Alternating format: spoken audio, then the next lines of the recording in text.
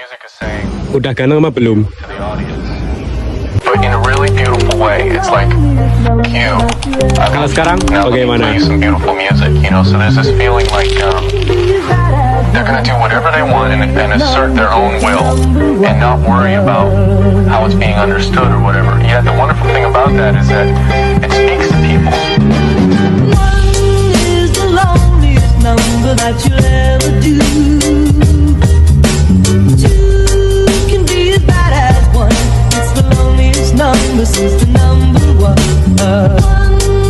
Pengen tahu suara knalpot yang di Cetik 25R? Kita kasih sound check.